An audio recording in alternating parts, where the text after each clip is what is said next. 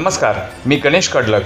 आपले Maharashtra news live 24 आवाज सर्वसामान्य माणसाचा मध्ये मनापासून स्वागत. आपण पाहत आहात आजच्या दिवसभरातील महत्त्वाच्या घडामोडी.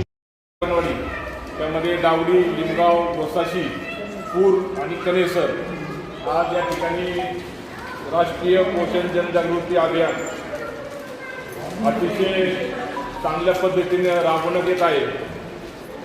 आपल्या खामकर मॅडम यांच्या मार्गदर्शनाखाली हा उपक्रम आज या ठिकाणी अतिशय चांगल्या पद्धतीने राबवण्यात येत आहे.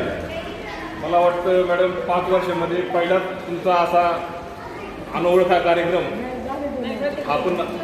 आम्ही आज पाहिला. असा मोठा कार्यक्रम ह्यावेळेस पहिल्यांदाच आम्ही पाहत आहोत आणि असंच ऊर्जा आणि बळ देण्याचं काम आपल्या माध्यमातून अंगणवाडीला भेटत जावं आणि इथून पुढील कार्यक्रम तुमच्या कार्यास मी सर्व उपस्थित मान्यवरांच्या वतीनं शुभेच्छा आणि सदिच्छा देतो व थांबतो. धन्यवाद. कसं चांगलं बाळ सुदून जन्माला येईल त्याच्यासाठी आपण हे प्रदर्शन केलेलं आहे आणि हे सगळं अंगणवाड्यांमध्ये पण सेविका करून घेतात आणि हे पालकांपर्यंत पण पोहोचवलं पाहिजे की पालकांनी गरोदर मातेची पण हा आहार घेतला पाहिजे. आहार कसा घ्यावा, किती घ्यावा आणि कोणता घ्यावा हे पण त्याच्यातून गरोदर मातेला अंगणवाडीमधून पण सांगितले जाते आणि पालक त्याच्यातून माता भेटायला घेतात त्याच्यातून पण सांगितले जाते. आणि मुलांना जे शिकवलं जातं मुलांना आपण आता इंग्लिश मिडियमला घालतात. इंग्लिश मिडियमला जी मुलं घालतात तर तिथं जे शिकवलं त्याच्यापेक्षा आपल्या अंगणवाडीमध्ये चांगलं साहित्य, चांगल्या दर्जाचं शिकवलं जातं, चांगल्या दर्जाचं साहित्य, चांगल्या दर्जाचा आहार करून दिला जातो. सगळं काही आपल्या अंगणवाडीमध्ये आहे.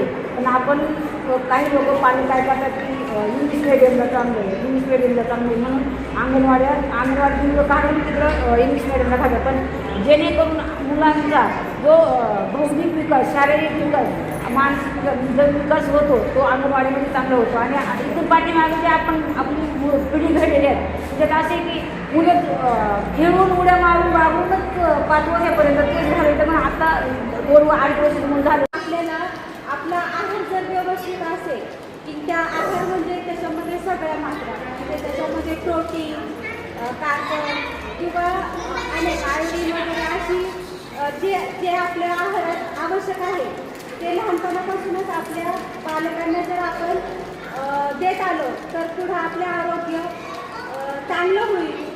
त्यासाठी हे अभियान मला वाटतं राबवण्यात यावं आणि ते राबवण्यात येत आहे. आणि त्याच्यातून ही जी अंगणवाडी ताई असतील किंवा अंगणवाडी सेविका असतात त्यांनी हे आपल्या जनजागृती करून एक अतिशय मोलाचं मार्गदर्शन ह्या गावात येऊन केलेले आहे की 1 ते 6 वयोगटापर्यंत मुलांना ह्या वयात जो काही पोषक आहार दिला पाहिजे आणि त्याच्यापासून त्यांचं भरपूर असं त्यांना पोषण मिळून त्यांचा विकास झाला पाहिजे शारीरिक किंवा बौद्धिक. त्यासाठी तुम्ही हा कार्यक्रम किंवा पंधरवडा ठेवलेला आहे आणि मी खरंच तुमचं खूप खूप धन्यवाद मानते की तुम्ही एवढी सगळी तयारी केली. विशेषतः 6 गावातून आलेल्या महिला आहेत. उपस्थिती तशी कमीच वाटते पण आलेल्या आहेत त्यांचं खूप खूप अभिनंदन.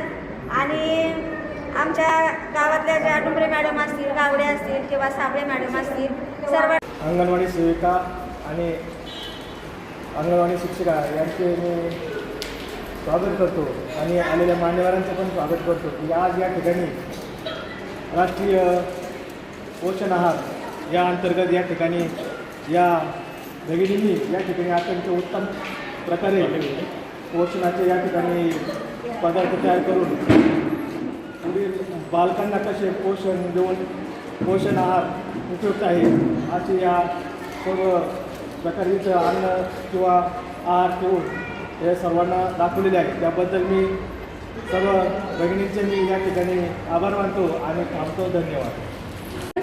आज आपण या ठिकाणी सगळे जमलो आहे हे का तर आपले ज्या अंगणवाडीमध्ये मुलं जी येतात जे जसं की गरोदरपणापासून ते बाळ जेव्हा आपल्या अंगणवाडीमध्ये येतं तोपर्यंत बाळाला आहार आणि आईला आहार कसा द्यावा याची सगळी जाणीव या कार्यक्रमातून म्हणजे कसं हे दिलं पाहिजे, काय खाल्लं पाहिजे, काय नाही खाल्लं पाहिजे हे सगळ्या गोष्टी या सगळ्या आहारातून म्हणजे आपल्याला कळतात की काय खाल्लं पाहिजे, काय नाही खाल्लं पाहिजे, बाळाला काय पौष्टिक आहे, काय अपौष्टिक आहे. त्याचप्रमाणे खेळणी मांडलेली आहेत की बाळाचा बौद्धिक विकास कसा झाला पाहिजे, शारीरिक विकास कसा झाला पाहिजे, मुलाची म्हणजे नाही का की मुलं कसं ॲक्टिव्ह त्या खेळांमधून ॲक्टिव्ह बनलं पाहिजे, यासाठी आज गव्हर्नमेंटने बरीचशी खेळणी मुलांना त्याप्रमाणे आणले सांगेल तर पोहोचावी म्हणून आपण हा प्रदर्शन स्वरूपात हा कार्यक्रम केलेला आहे. आपल्या कुपोषण निर्मूलनासाठी आपले बालक कसं सुदृढ होईल, गरोदर मातेची कशी काळजी घेता येईल, त्या मातेचा कसा प्रकारचा आहार घेता येईल, त्या आहारातून काय काय मिळेल, प्रथिने, प्रोटीन, स्निग्ध पदार्थ, कर्बोदके, हायड्रो खनिजे म्हणजे त्या आहारात कशी उपलब्ध होतील आणि तो आहार कशा प्रकारचा असावा याविषयी आपण आज जनजागृती करत आहोत. तसेच आहार चांगल्या प्रतीचा असावा, आहार कमीत कमी आहारात 4 पदार्थांचा तरी समावेश असावा, आहार स्वच्छ आणि ताजा